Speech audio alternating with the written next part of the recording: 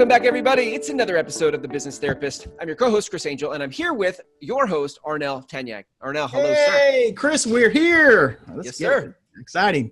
Let's get it going. Let's do it. Let's do this thing. I think the great part about today's episode is this is one of the challenges a lot of people have when they're trying to grow. I mean, when you're successful as an entrepreneur, at some point you get a pair of golden handcuffs and you are trapped inside your business because you need more people, but you either don't know how to add the right people, or you've tried and it blew up in your face. And so you're like, I'm never doing that again. And then we kind of, imprison ourselves to forever be stuck in our business trying to move it forward. So I'm excited for you to share today kind of your process inside of your consulting company that you help clients with. It's just awesome you're giving this away today. I love it. Walk me through the right way. Like when you say the right way to hire. It's interesting. I was sitting down with an owner today. He owns a restoration company, and he was like, I got to hire an office manager. So, well, what's your hiring process? He was like, well, I just put an ad. I get a resume. I do an interview. Then I give them more. Then if they pass those things pretty well, I got a good feel. Then I put them through orientation. I said, how's that work? Well, it doesn't always work as well. He said, well, how do you test them? How do you screen to hire versus hire to screen? He was like, what do you mean? I said, how do you know the right people with the right skill, the right knowledge, the right compatibility or chemistry? He goes, I don't know. I just hope that orientation, we figure it all out. And I said, well, how do you feel about it? He goes, I just don't know if I'm hiring the right way or not. Yeah. I want to, I love this saying because I've never heard it before. So what you said was hiring to screen versus screening to hire. And most people will do the hire in order to screen them. So they'll be like, well, I want to find people. We'll put them in. We'll see if they do okay. And by the 90-day thing, we'll kind of make a decision like, should they stay? Should they go? And that's hiring to screen them. And what you're saying is, if you want to do it the right way, you've got to screen first. That's right. To hire the right people. That's correct. You're right about that. That's so good. That's golden, man. Talk me through, I know you have a process for this, right? In terms of finding, there's kind of four ingredients to how to make this work well for you. I know your first one is you have to screen for personality. Yes. There's you can screen them for personality. You can screen them on Myers-Briggs, this personality. There's a test, Tendencies Toward Habits by Gretchen Rubin, which really talks about natural tendencies toward habits. There's Adam Grant's test on givers, reciprocity style. So you test that on there because sometimes the best employers or independent contractors are givers. Yeah.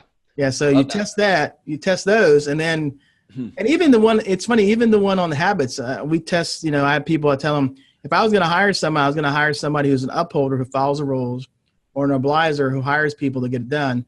But if it's a rebel, they won't do anything because they don't feel like it. Then here's another one, Chris, you like. There's a questionnaire who, I had a client who was a questionnaire, questioned everything. And the whole thing about questionnaires, they only do things if they logically see it, that it's right. They don't, they just question everything. And it's miserable to work with them because they have to see the logic. And when I was sharing this to a couple of people, like, oh my God, I have a person on my team right now that literally is just wearing me out because everything I tell them to do, they don't want to listen. It's so good. It's okay. So actually, I've been around hiring for a long time in the space of know the personality, know the behavioral style. That's right. That a good fit for the tasks and the job I'm asking them to do. But the habits and the giver I haven't heard before. That's incredible. Like if you knew ahead of time that you were hiring a giver, that speaks a ton to your culture and your retention and your customer satisfaction. Like, I love those. That's incredible. Yes. And so we find that out. And then, because, you know this from experience, givers are great to be in your organization because they'll go out of the way to help. Of course. Yeah. And they're more empathetic to the people on the other side of the phone. Right. And they're the ones who'll stay afterwards if you need time. Right. I mean, so I find out when you test that, it really helps you to know that they have the basic, the basic personality, behavior, style, the reciprocity stuff you can't teach. They already have it in them. You know what I mean? Yeah, absolutely. I want to ask this question. This isn't one of the four things, but I don't want to forget it. So I can already hear, whether it's my own objections or other people's objections listening to this, like, well, if I test on these three things inside of personality, like like behavioral style, habits, and are they a giver? Like, I'm reducing my talent pool. Like the amount of people that are a good fit across three things. Yeah. How am I going to find, I barely have 5 people like that I can find to interview. How am I going to now make sure that I get enough people to find the right mix of these personality traits? It's interesting you say that. A lot of people say, oh, I think that narrows me down. I said, well, what it does, it allows you to pick the right people. Now, you can still find different sources, like, they have word of mouth, advertising, they got recruiters, they have all these different ways to bring in people. Yep. So I think I always ask people, is it you don't have a hiring process or you don't have a sources to go get the people? And I tell them, you can find the sources. Yeah, right. There's a ton of sources. The problem is we don't think, if we have a bad hiring process, we don't think we have enough of sources. If we have enough sources, we have a great hiring process. I tell people, I just want to accountant call me, Arnell, I have this hiring process. I don't have enough people. And I said, well, where are you putting your ad out? Mm-hmm. She was like, well, I want to put it on Indeed and Facebook. You got to put it out to Craigslist. You got to put it out to a lot of different sources. Yeah. Because all we're really doing is filling up the front end of the funnel and see if they get past step one. Right. Yeah, exactly. No, it's so good. And the clearer you are in the personality side of things, yes, you need that as a filter. Like you're screening, they're screening themselves in or out based on what you're describing this as. And so the clearer you are, the better chance you have of having the right people. It's so funny because you put the cart before the horse when you're like, oh, well, I just want to get enough people. But if you're getting enough people who aren't a good fit, then what's the point? It's a waste of time. That's correct. That's correct. You've got to screen. You've got to filter so that when you get to the interview stage, you're speaking to people who have made it through your screening process. That's correct. That is totally correct. So good. So good. Okay. So the first thing we're really sort of screening with is personality. The second thing you had told me was skill. Like we're screening for skill. So talk to me about that. Yeah, you find out there's got to be some, like I have an electrician, and so we figured out that one of the skills they have to do is they have to be good with their hands. Mm-hmm. So they have to have what they call dexterity. So they have to be able to be good with their hands, pick up the equipment, be able to. And I told the guy, I said, I already know I'm not good with my hands. I literally, you wouldn't want to hire me. He's like, because I could tell you right now, if you ask me, you good at hands? I was like, no. Mm-hmm. I wouldn't even make it. I might even make it to the first step, but I couldn't make it to the second step. Right. So I said, well, so what skills? Skills like, so what they usually do with skills, if they actually know the skill, that my client is an electrician, he'll actually have people go in there and here's how you screw some wires. Here you got to screw it. Show me how you do it. And he was telling me one story. He had one gentleman kept making the same mistakes over and over again. He goes, well, I thought he was going to get better. 3 or 4 months later, he goes, Arnell, that indicator showed me that he wasn't the right guy. So, I mean, if you can't do that, then he's not going to be with me. He can't improve. Maybe you're also, I was thinking about my background, I was real estate. So I'm thinking like if I were an agent and looking for more sales help, maybe your way to screen the skill of phone skills is to have them record a call so you can listen to the call and they can just send you the recording before you ever meet with them or something. Like I'm trying to think of ways to. Oh yeah. Like, let me give you an example. Like I have a class at W Income, and I was telling someone, look, I know if you're really interested in growing your business, I'm going to give you a script. I'm going to practice right now. Call somebody on the phone. Mm-hmm. If you're not willing to call that person on the phone, I probably don't want you in the class. Yeah. Wow. What do you mean? Because you're not going to do the work. You're going to pay the money, get in the head. You ain't going to do the work. I don't want you. Dude, I love how you draw a line in the sand, man. It's so good. Like, I think it's like, well, if you're going to work with Arnell, man, he's going to make you do the work. Like, I think that's so good. I love that you do that. It's great.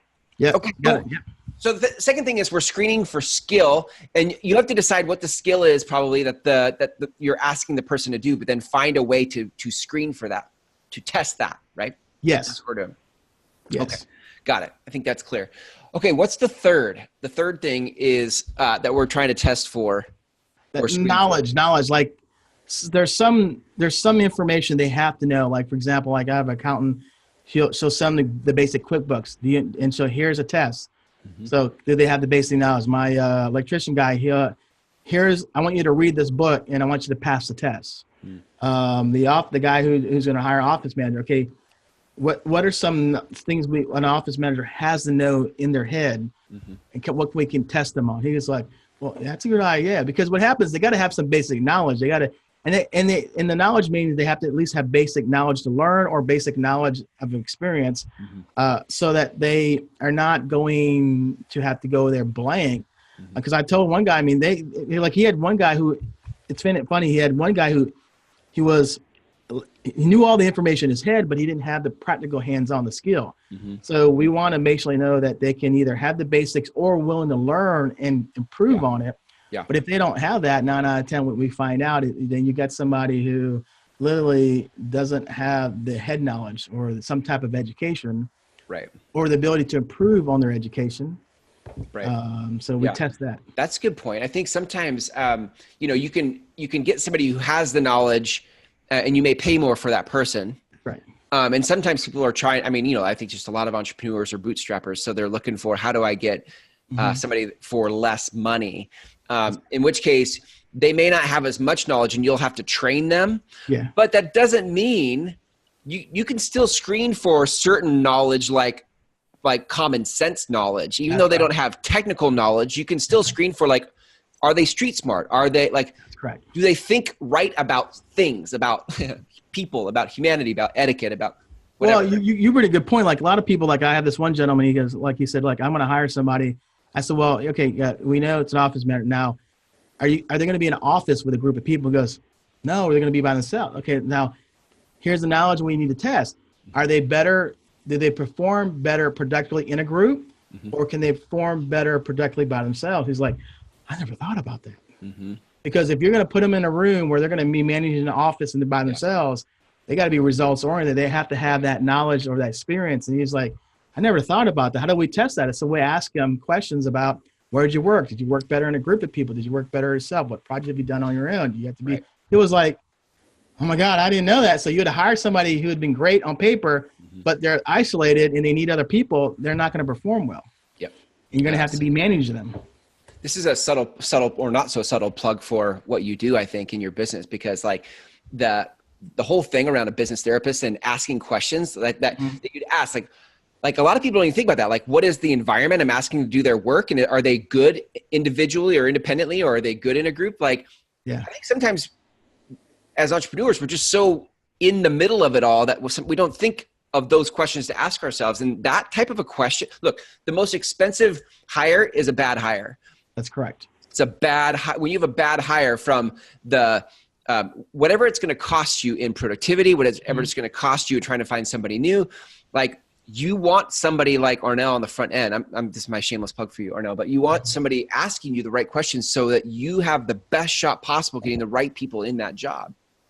Yeah, you're right about that. I mean, it's hard. I see a lot of good people come in, and I think they can work really hard. Yeah. It's just that, they may not be in the wrong environment. They may be in the wrong environment, the wrong support structure, or in the wrong role. They're just good people. It's not put in the right place to succeed. Yeah, absolutely. Okay, so we're screening for personality, skill, knowledge, and there's one more. We're screening for. Yeah, the last one is really. So we said personality. Yep, skill, knowledge, and the way we said it was chemistry. Or you could call it compatibility, but chemistry. There's there are some people who fit well in a group of people, and there's others don't. So a lot of times, what happens is there's a chemistry, and people say, well, how do you test for chemistry? I said, well, here's what you do is you have them meet the staff. You go out and do an activity of fun, see how they relate in work and off work, because people like to work with people they like. Right. So if there's not a chemistry around there, I mean, and it's interesting. I've seen people who are really good at what they do, but there's no chemistry with the other people. So there's no synergy, especially if you're building what they call like a basketball team. There's a synergistic relationship. Yeah. They all have their role. Yeah. But they respect each other. But if you have somebody who literally is a good person, but they're lousy in relationships or lousy with other people, they'll destroy the whole dynamics of the company. The culture. That's a great example. Yeah, sports are a great example of that. You get some showboater who's really great skill, great at what they do skill-wise, but they can't play as a team. That's correct. You're at. I saw this great because I grew up in Portland, so I was a big Trailblazers fan. Wow, good. Awesome. And then there was like later on down the road, they kind of had all these like this dream team of Scottie Pippen and Dennis Rodman and all these personalities, but the teamwork was terrible. It was like, no chemistry for working together. Yeah. Like I got a heating and air conditioning company, and it's funny. Like he bought a company, and he bought several people, and these guys were really nice guys. But his whole culture is fast growing. Let's get stuff done and go out and sell, right? So he's like, well, Arnie, why don't you think my service guys are working? They're not. The culture's not the same. Mm-hmm. So what do you think I got to do? You probably got to replace them. I just bought the company, man. I said, well, you bought the company, but you didn't buy the chemistry that meshes with you. Right. He goes, I already knew you're going to probably let those guys go. He was like, man, why is that? Because the way you run your business, there's a chemistry of getting out there, getting stuff done, being service, looking for opportunity. These guys are just doing the work. Right. There's no there, and you can tell because you get frustrated because they don't see the opportunity. The chemistry is not there because the belief is not there, and the culture was never established that way. Yeah. Yeah. Mm-hmm. Chemistry is so important especially if what you want is to not have to handhold or babysit as your company grows, that your team would have chemistry with each other means you can keep going and the team keeps playing the game called grow your business while you're out taking on new ground, right? That's correct. So, okay. Those are incredible. Those 4 steps to screen That's correct. your people I love this because I think finding the right talent, right? The right way is what you just knowledge bombed us. You just dropped just dropped the bomb in the episode because that's how we do it. That is how you do it. You've got to screen up front. So I love it. I think probably the next step on the heels of this interview, Arnell, is if people are trying to soul search on how to grow their business with the right people, they're going to have individual circumstances that they need to think through. And I think having a conversation with you is probably a great place to start. You said you do like free consultations with people when they're thinking about whether they want to work with you or not. Yeah. Usually what I'll do is if they're out of the area, I'll talk to them a half an hour, ask them a lot of questions. Yeah. And if they're in my local area, I'll sit down with them for coffee for an hour. Yeah. Just got to figure out if it's the right fit, in the direction. Yeah. But I always find out when somebody wants to grow, the hardest thing is bringing on staff and keeping it. Right. Yep. Yeah. Absolutely. That is for most people who have the skill of what they do in their work as a technician.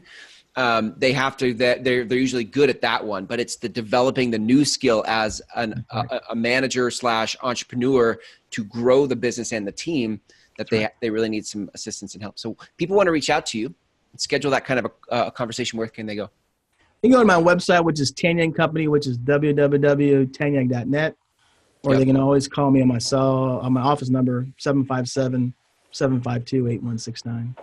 Perfect. And Tanyag is TANYAG.net. That's correct. Perfect. Awesome. Arnell, thanks for a great episode, man. This was awesome. I loved this one. I can't wait to do the next one with you. And until then, see ya.